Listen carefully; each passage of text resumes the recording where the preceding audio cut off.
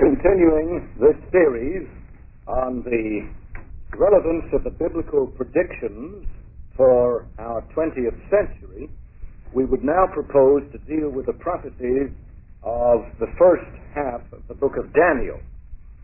Let us first take a look at Daniel chapter 2, the correct interpretation of which is essential for the right understanding of the closely related Daniel chapter 7. In the second chapter, we have a prediction revealed in a dream of Nebuchadnezzar, the king of Babylon. It was disclosed in the second year of his reign, or around 604 BC. Sometime later, but probably well before 600 BC, the divinely inspired Daniel infallibly interpreted the dream. The dream, said Daniel, related to the future history of the world. For the great image of a man seen by Nebuchadnezzar in his dream represents 4 successive world empires. The golden head of the image represents the golden kingdom of the Babylonian Empire of Nebuchadnezzar himself. The breasts and the 2 arms of silver of the image represent the subsequent imperial kingdom, the twin Medo-Persian Empire, which would succeed the Babylonian Imperium when Darius the Mede took over Babylon from Nebuchadnezzar's son Belshazzar in 538 BC. The brass belly and thighs of the image represent the subsequent Grecian world empire of Alexander the Great, which pulverized the Persians in 330 BC, and the iron legs and feet of the image represent the subsequent world empire which destroyed the Grecian kingdom. That subsequent empire could therefore only be Rome. Thus, ancient Jewish writers, the secular historian of Rome, Edward Gibbon, the early church fathers, the Protestant reformers, and many others. But the Roman feet and the 10 toes of the image with the iron legs were themselves brittle, being made of iron and clay.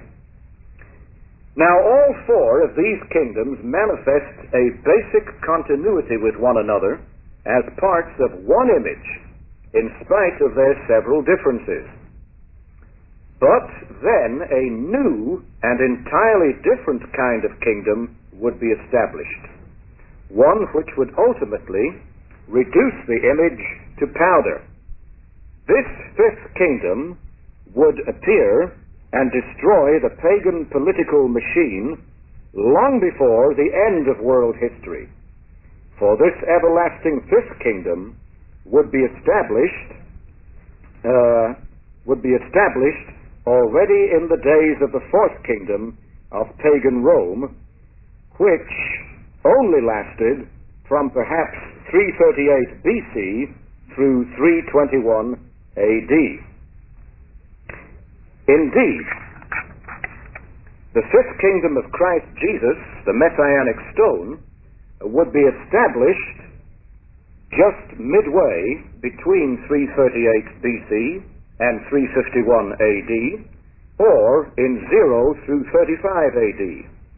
For that Messianic kingdom hit the Roman legs and the feet of Nebuchadnezzar's image long before it started to break up into the 10 toes between AD 351 and 476 with the post-Constantinian attacks of the barbarians on Rome. Now this new Messianic 5th empire is compared to a stone cut without hands out of the mountain of Old Testament Israel. The stone apparently rolls down the mountain out into all the world, smashing the image and ultimately consuming it. Yet the Messianic stone kingdom itself keeps on rolling even after that, until it itself becomes a great mountain, or the worldwide Christian church, which fills the whole earth and then stands there forever. From the New Testament, it is clear that this stone is the kingdom of Jesus Christ. We are told, even by Jewish authorities like Josephus and the ancient rabbis, that the stone is messianic. And all Christian authorities of whatever eschatological persuasion throughout church history, from Eusebius through Rushduni, agree with this identification. The messianic stone of Christ's expanding kingdom ultimately overcomes all the kingdoms of the world, Christianizes them, and amalgamates them into itself by way of conquest. This Christian conquest of the kingdoms of this world, however, is fulfilled in progressive stages. First, it is fulfilled in Christ's own virgin birth. Second, it is proclaimed in Christ's own resurrection from the dead and ascension into heaven. And third, it is increased in the church's progressive and expansive triumph. For the church triumphs first over Judaism and then over heathen Rome. It triumphs over pagan Rome, especially after the conversion of Emperor Constantine. It triumphs over the so-called Holy Roman Empire and even over the papal Rome which succeeded heathen Rome at the time of the Protestant Reformation of the Church, and its triumph then. And at a still later time, the Church will also triumph over the subsequent religious whore and international political beast of the humanism of the French and Russian revolutions, after they themselves further wound the Romish papacy, the papacy which produced them. This revolutionary humanism may yet be recombined with the Romish Vatican before the final destruction of both. Possibly such recombination may yet occur as a result of the Euromark Treaty of Rome after World War II, as perhaps also evidenced by the 10 toes of Nebuchadnezzar's image. Perhaps it may further be recombined by the Romish Vatican's modern and ever-increasing flirtation with communism. And it may even be recombined still further by the Rome-based papal role in integrating the ever-increasing socio-economic synthesis of many of the non-Christian religions and political powers of our modern day, which we will give copious details of later. But all of these anti-Christian kingdoms of this world have either already been destroyed or else shall yet be destroyed. And they have been and are being or shall be destroyed in their continuity with one another. For their continuity runs from ancient pagan Rome through medieval papal Romanism and its unruly liberal or pseudo-Protestant daughters, and those very unruly daughters also include French revolutionary humanism and revived modern Vaticanism and pseudo-ecumenical devices. Such devices are clearly evident in the modern Treaty of Rome to integrate socialistically the post-World War II common market economy of Western Europe. They are evident in the Romish Vatican's overtures toward the apostate liberal and pseudo-Protestant and Eastern so-called Orthodox and syncretistic worldly council of churches. And they are also evident in the papacy's increasing flirtations with both democratic socialism in Western Europe and the international communist conspiracy in Eastern Europe and in China. But the ever-expanding stone of Christ's kingdom breaks up and progressively destroys Nebuchadnezzar's Roman image and consumes it. And after that, the messianic stone itself rolls on and yet becomes a great mountain which fills the whole earth as the waters cover the sea. Now we are given a more detailed account of the above philosophy of history in Daniel chapter 7. This chapter was apparently recorded some 60 years after the first vision. It was just before the Medo-Persian conquest of Babylon that Daniel received this second vision in about 542 BC. In this new vision, Daniel saw 4 successive beasts rise up out of the sea. These beasts were identified as 4 kings or kingdoms, and they are obviously the same 4 kingdoms as those previously described in Daniel chapter 2. For the first beast, or winged lion, represents the kingdom of Babylon, as archaeological discoveries of statues of winged lions found there serve to confirm. The second beast, or lopsided bear, represents the top-heavy kingdom of Medo-Persia, which would soon replace the Babylonian Empire in 538 BC. The third beast, or 4-headed and 4-winged leopard, represents the swiftly expanding Grecian Empire of Alexander the Great. This was the empire which would overwhelm the cumbersome Medo-Persia, but which would itself soon thereafter split up into 4 Hellenistic sub-empires, each under its own head after Alexander the Great's death in 323 BC. And the 4th dreadful and terrible beast with iron teeth and 10 horns represents the empire which conquered Greece. This was obviously the Roman Empire, or the 4th kingdom, previously represented by Daniel chapter 2's iron legs and 10 toes of the image in Nebuchadnezzar's dream. As such, it is the clear conviction of the vast majority of both Jewish and Christian expositors that this is the identity. Now the prophecy of Daniel next mentions that the thrones of these 4 world empires were cast down, and that the messianic throne of the 5th kingdom was set up. This happened when the messianic Son of Man came to the Ancient of Days with the clouds of heaven. This occurred at Christ's resurrection and ascension. Compare the resurrection stone of Daniel chapter 2.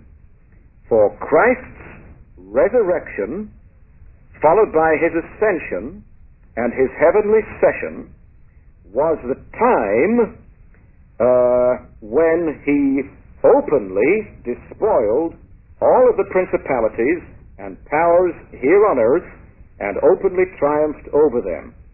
It was then, at the resurrected Christ's ascension, that he came with the clouds back from the earth and to his Father in heaven, namely, right after his first coming from heaven to our earth. It is true that this system of pagan world kingdoms, including the heathen Roman Empire, was overthrown in principle at the time of Christ's ascension and heavenly session. But that system of world empires still needs to be overthrown in actualization, in practice too. Indeed, it is even now being overthrown by the Christians as Christ's earthly people, indwelt by his Spirit under the direction of his orders as our head in heaven. Yet it is being overthrown in progressive stages, for it is clear that even after Christ's ascension and heavenly session had in principle shattered the Roman beast, the latter still lives on to persecute the Christian saints for many centuries thereafter. It's true, of course, that some of our brethren believe that Christ's coming on the cloud of heavens back to his Father in Daniel 7 is the second coming. But if you read it carefully, you'll see it applies to his ascension into heaven on the clouds, back to his heavenly Father, and this position is the clear exegesis of Daniel 7 verse 13 as given by the Geneva Bible, John Calvin, the Dutch States Bible, Matthew Poole, Matthew Henry, Jonathan Edwards, Adam Clarke, David Brown, Patrick Fairbairn, C. Van Proostday, D.H. Carroll, and many others. Indeed, even Schofield himself admits that Daniel 7 verse 13 refers to the investiture of the Son of Man with the kingdom prior to his vexing of the heathen and prior to his still later return. Now the fifth empire or kingdom of the Lord Jesus, now that it has been established on earth by Christ himself, shall never be destroyed. To the contrary, it constantly increases while progressively destroying all other kingdoms as they constantly decrease. However, the complete destruction of Christ's enemies has not yet been accomplished. The whole war lasts for many centuries, and during that time, Christ's enemies sometimes win battles, or at least skirmishes, against the people of God. Daniel identified the 10 horns of the fourth or Roman beast as 10 kings that would later arise. They would do so after the emergence of the fourth or Roman kingdom itself. Just as the 10 toes in the feet of Nebuchadnezzar's image followed after the firm iron legs of the Roman Empire. Just as the 10 kingdoms of Western Europe would arise out of the remnants of the Roman Empire and before the rise of the Romish papacy. And just as the originally undivided heathen Roman Empire itself had succeeded the Grecian Empire, and the latter, in its turn, had succeeded its Medo-Persian and Babylonian predecessors. Now, while Daniel, in his vision, was considering the 10 horns of the Roman beast, another little horn slowly grew out of the scalp on the head of the Roman beast. This new little horn grew larger and larger until it became so strong and so big or stout that it uprooted 3 of the other lesser 10 horns. And this new and stout Roman horn had eyes and a mouth like a man, and arrogantly spoke very great things. It grew in size from a little horn into a horn more stout, or much larger than the others. And then it persecuted the Christian saints, but only for a time and times and the dividing of time, until those Christian saints themselves take away the stout and arrogant horn's dominion and themselves take possession of the kingdom or the rulership of the empire of the world forever and ever, under the control of the Messiah who left the earth on the clouds of heaven to take up his human position on the throne of the universe at the right hand of the Ancient of Days. First, however, the Christian saints would be persecuted by the stout and arrogant Roman horn for a time and times and the dividing of time. In this expression, the singular word time is followed by the dual word times in the original Aramaic text of this part of the book of Daniel. Being dual, it means 2. It is not plural in number, which would imply 3 or more times according to the nature of the Aramaic language. Instead, it is dual in number, 2 times. The next phrase in the expression The phrase, the dividing of time, means half a time. Hence the entire expression, a single time and dual times, and the dividing or half of one time, means 3.5 times, or half of the sabbatical 7 times. Now a time must mean a year in prophecy, inasmuch as the book of Revelation itself identifies Daniel's 3.5 times as 3.5 prophetic years, or 42 prophetic months, or 1260 prophetic days. Moreover, we have seen that each day in prophecy is equivalent to one actual year in its fulfillment on the already established day-year principle of prophetic time.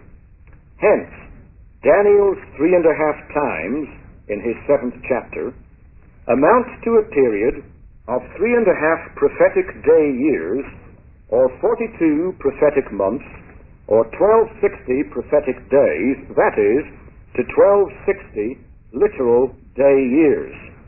This means a period of 1260 real years.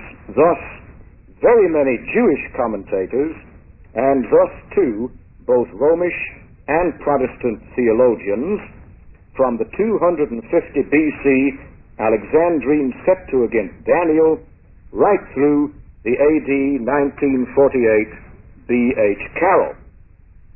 It is during these 3.5 times, or 1260 years, that the new, arrogant, and stout Roman horn persecutes the saints. Interestingly, even many theologians, such as the AD 991 Arnulf of Orleans, Eberhard of Salzburg, John Wycliffe, and Walter Brute, in pre-Reformational times, took the view that this stout and arrogant horn is indeed to be identified with the Romish papacy.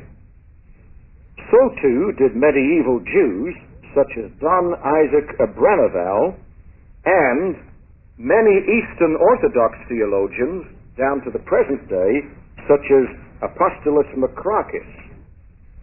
Moreover, this was the unanimous opinion of all of the Protestant reformers and of all of their immediate successors, even though it's true that Calvin, in his commentary on Daniel 7, does not so say this, but he does say it in other parts of his writings, in the Institutes, and in his analysis of 2 Thessalonians chapter 2. It's also still the opinion of many Protestant theologians even today.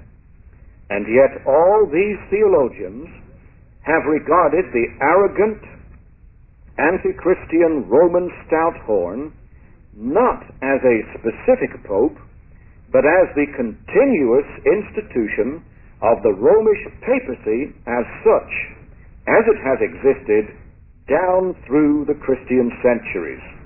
In general, it is especially infidels like Porphyry and modernists like S.R. Driver and dispensationalists who have sought to argue that Daniel 7 verse 8's arrogant stout horn and Daniel 8 verse 9's exceeding great horn is not the papacy, but merely the BC 167 Antiochus Epiphanes. The evidence is overwhelming, however, that Daniel 7 verse 8's arrogant and stout horn, and I believe Daniel 8 verse 9's exceeding great horn, is not the Syrian Antiochus Epiphanes, although I believe there are other references to him in Daniel 11, but rather the enduring institution of the Romish papacy. Let us now hear from the expert historians Edward Gibbon and Flick and Leopold von Ranke and Adolf Harnack about this matter. In his famous Rise and Fall of the Roman Empire, Edward Gibbon indicates that pagan Rome disappeared only to reappear as papal Rome.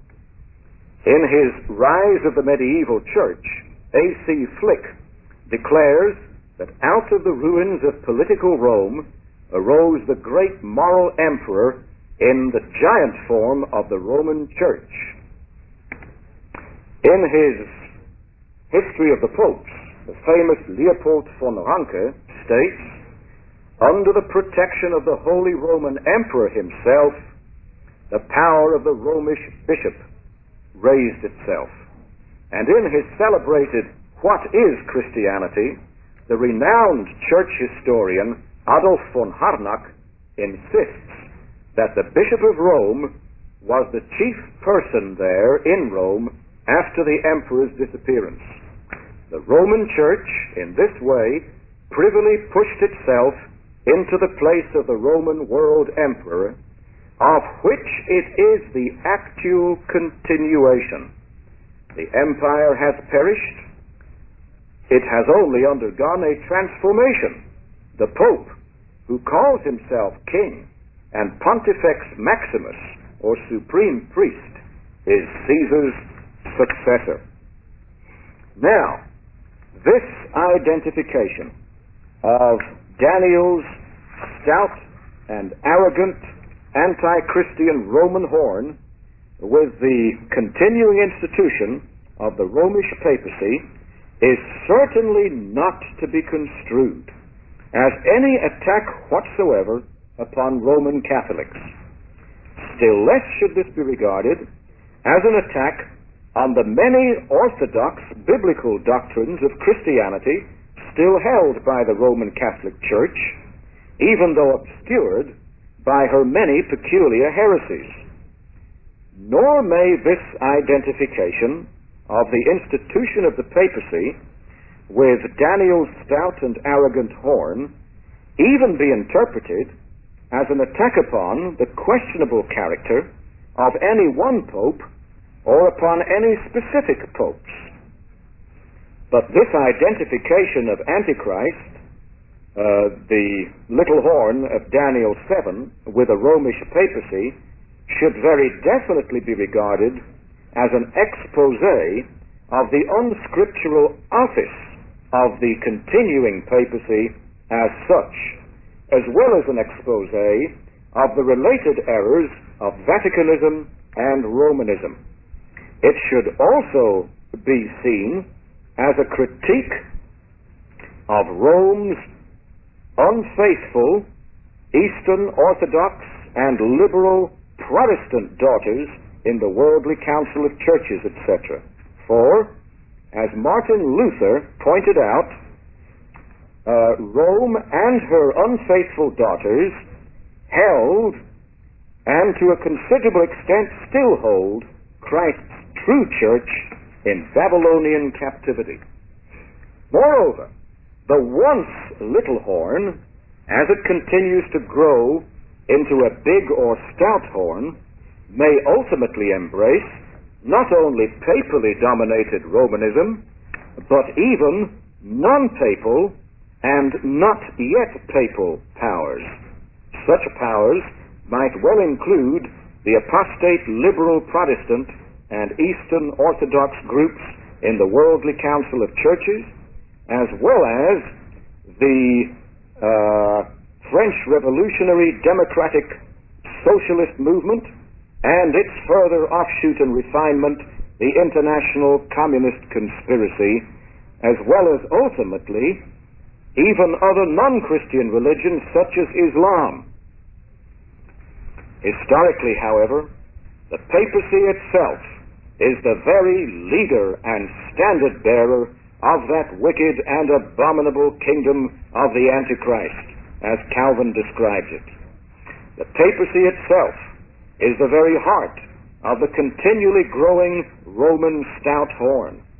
For Daniel's stout and arrogant horn is described as a man, compare the Pope, with intelligent eyes, compare the worldwide papal intelligence system, and a great speaking mouth, compare the royal we in the papacy's ex cathedra pronouncements. Furthermore, the arrogant and stout horn wields political power, as can be seen by this horn's uprooting of 3 of the 10 political horns. This political power of the papacy was particularly demonstrated after the overthrow of the Western Roman Empire by Odoacer in AD 476, when the empire started splitting up into 10 separate kingdoms, later to be dominated by the Vatican. Those 10 kingdoms were probably those of the Anglo-Saxons in England, of the Franks in France, of the Alemanni in Germany, of the Burgundians in Switzerland, of the Suevi in Portugal, of the Visigoths in Spain, of the Lombards in northwestern Italy, of the Ostrogoths in Austria and northeastern Italy, of the Vandals in southern Italy and Africa, and of the Huns in Eastern Europe. This political power of the papacy was also particularly demonstrated after the Christian Emperor Justinian removed his imperial headquarters from Rome to Constantinople. Because you see, that left the Bishop of Rome as the most powerful political person in Italy itself. After this, the papacy became very stout, and that stoutness ultimately extended even to the political domain when the papacy uprooted 3 of the first horns, namely the kingdom of the Lombards, of the Ostrogoths, and of the Vandals, all then in various parts of what is now Italy. Moreover, Daniel's arrogant and stout horn would seek to change times and laws, such as the moral laws of God. Compare here particularly the second commandment, which the Romish papacy has corrupted by her own vain ecclesiastical traditions and images and statues of Mary and of the saints and of other creatures. Compare also the seventh commandment, which the Romish papacy has perverted with her doctrine of practically universal compulsory clerical celibacy, while God says, "Thou shalt not commit adultery," which positively means every man should have his own wife. And compare too, especially the fourth commandment's Sunday Sabbath times, which the Romish papacy has attempted to supplant by her man-made feast days. The papacy is so stout and arrogant that it has not even hesitated to try to supplant the laws of God with its own vain traditions of men. Just listen to the 1772 Roman Catholic authority, Lucius Ferraris, describe the papacy. Quote, "The Pope is not a mere man, but as it were God, and the vicar of God. The Pope is likewise the divine monarch and supreme emperor and king of kings. Hence the Pope is crowned with a triple crown, as king of heaven and of earth and of the lower regions. If it were possible that the angels might err in the faith, or might think contrary to the faith, they could be judged and excommunicated by the Pope. The Pope is of so great authority and power that he can modify, explain, or interpret even divine laws." Unquote. Lucius Ferrara. Now, being so stout and arrogant, it is not surprising that the Romish new horn would not find it incongruous even to persecute the true saints of God. Indeed, the Romish papacy has done this almost since the Bishop of Rome was for the first time illegitimately called Pope or Papa or Father in the 7th century AD. And ever since, papal Romanism has been notorious for her persecution of the Greek Orthodox, the Waldensians, the Wycliffites, the Hussites, the Lutherans, the Calvinists, the Anabaptists, the Huguenots, and even in our own century, South American and Iberian Protestants in Colombia and Spain and Portugal, etc. Now, as we have seen in the preceding, this period of Romish horn persecution of the true Christian saints, this persecution by the arrogant Romish papal stout horn, may be expected to last for times and half a time, that is, apparently, 1260 years. But just as the arrogant horn, at the beginning of those 1260 years, only gradually grew from a little horn into a huge horn, a horn more stout than his fellows, or greater than the other political horns, so too is that stout horn only gradually to waste away at the end of those 1260 years.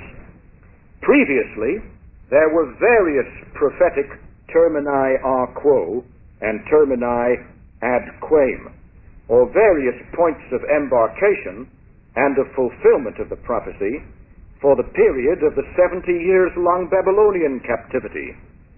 One such period ran from the terminus a quo, or the time of Nebuchadnezzar's overthrow of Jehoiakim, through the terminus ad quem, or the time 70 years later, when Cyrus gave the decree for the Israelitic temple to be rebuilt. That is, the 70 years from 606 to 536 BC. Another such period of those 70 years ran from the terminus a quo, or the time of the actual fall of Jerusalem, through the terminus ad quem, or the time of the actual completion of the rebuilt temple, the 70 years from 587 through 517 BC. So too, many have submitted that there are also various termini a quo and termini ad quem, various points of embarkation and fulfillment of the prophecy demarcating even the subsequent prophetic period of the 1260 years. And in the following statements, we will take a look at some of these various different termini. First, thus the classic Protestants, there is the 1260 years stretching from the time that Stephen, Bishop of Rome, first claimed and usurped the preeminence over the other bishops and churches around AD 257. The following 1260 years then endured through the 1517 AD Protestant Reformation, which started with Luther's protest against the preeminence of the Bishop of Rome at the beginning of the 16th century. Second, thus Duffield, there is the 1260 years from the donation of Justinian in AD 533. At that time, Emperor Justinian gave state recognition to the Bishop of Rome as the earthly head of the entire Christian Church. These next 1260 years endured through 1793. Then the French revolutionist Robespierre established his reign of terror and formally abolished the Christian religion and the Christian Sunday. This was only one decade after the Treaty of Paris between Great Britain and the United States, in the name of the High and the Most Exalted Trinity, formally recognized the Declaration of Independence of the greatest Protestant nation on earth. Interestingly, the AD 533 donation of Justinian only became effective in AD 538, and that was exactly 1260 years before 1798. Then, after the successful counter-revolution in France, implicitly predicted in the 1637 Dutch States Bible, by the way, Napoleon's generals Berthier and Halle withdrew all state recognition of the Pope by imprisoning the pontiff in his own Vatican. Third, thus the 1618 David Parius and the later Mosheim, there is also the 1260 years from AD 606 through 610. Then, during the confusion following the death of the pontiff, the first pope, Gregory the Great, the Bishop of Rome was first called Pope or Universal Bishop. The following 1260 years endured through 1866 through 1870. Then the papacy, revived after receiving its deadly wound by the French Revolution, and immediately thereafter again by Napoleon, lost its last papal state outside of the Vatican in 1866 through 70 under Garibaldi's and Victor Emmanuel's famous assaults. Fourth, thus Leopold von Ranke and W.F. Miller, there is the 1260 years starting in 756 AD. Then, the Pope became a political beast after the German Emperor Pepin made him a political prince over a large dominion. That is when the Pope, as the stout horn, subdued 3 other kingdoms or horns and annexed their territory. And the following 1260 years would endure through AD 2016, at which time one could perhaps correspondingly expect the Pope to lose control of the Vatican, thus Moses Lohman and Albert Barnes. Finally, there is the 1260 years from AD 800. That was the time the Pope implicitly arrogated to himself the theoretical supremacy over all political empires on earth by crowning Pepin's son Charlemagne as the emperor of the revived and Christianized so-called Holy Roman Empire.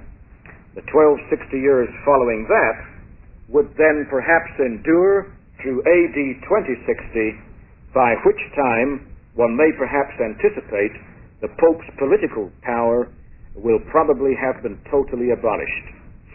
All of this then would point to a gradual rise and a gradual fall of the papacy.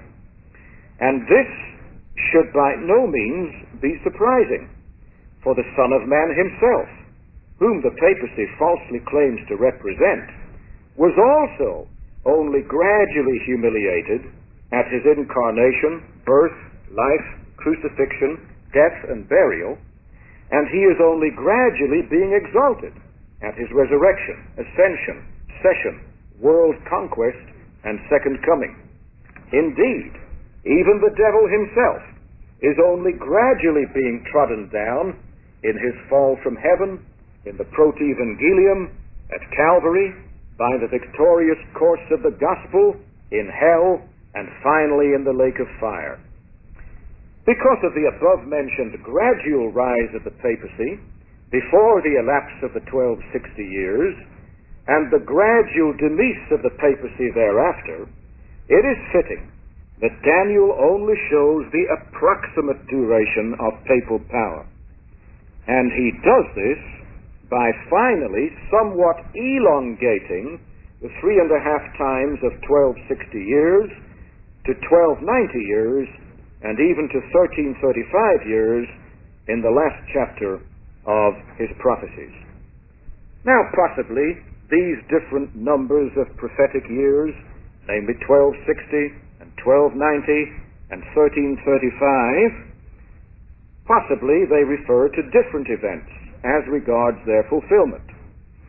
If the above 1290 years are to run from Daniel's time, or from about BC 607 through 534, and if they are further to be followed by the 1335 years, those 2625 years in all would, of course, stretch down to about 2032 through 2105 AD.